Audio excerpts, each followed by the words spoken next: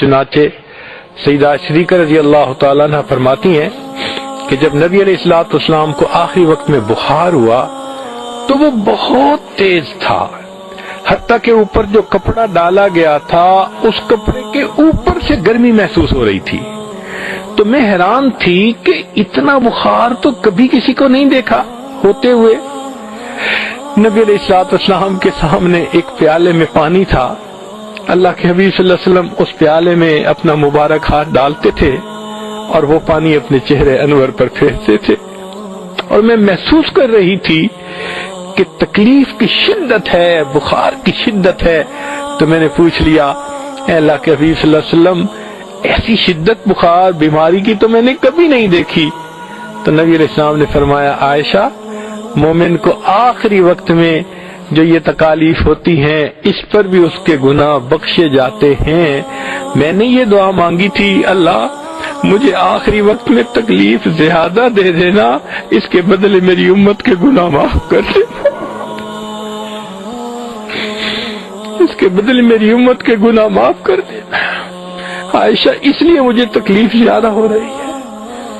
ابھی یہ بات ہو رہی تھی، دروازے پہ دستک ہوئی، پوچھا کون؟ تو کہا گیا کہ جبریل اور اسرائیل حاضری کی اجازت مانگتے ہیں۔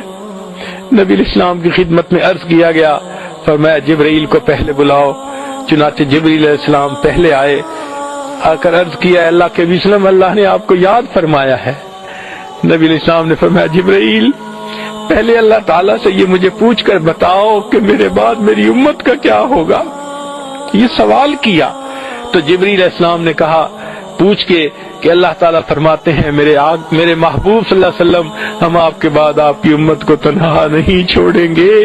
جب تسلی مل گئی تب نبی علیہ السلام نے فرمایا کہ اب ملک الموت کو بھی آنے کی اجازت ہے۔ پھر اللہ کے حبیب صلی اللہ علیہ وسلم نے پردہ فرمایا۔ اللہ کے محبوب صلی اللہ علیہ وسلم جو امت کے لیے اتنا غم زدہ تھے، آج سوچنے کی بات ہے کہ کیا اس غم کو ہم نے بھی کچھ بانٹا ہے؟ یاد رکھیں کہ جب غم ہوتا ہے کسی پر، کوئی تسلی کے بول بھی بول دیتا ہے تو وہ بھی یاد رہا کرتے ہیں۔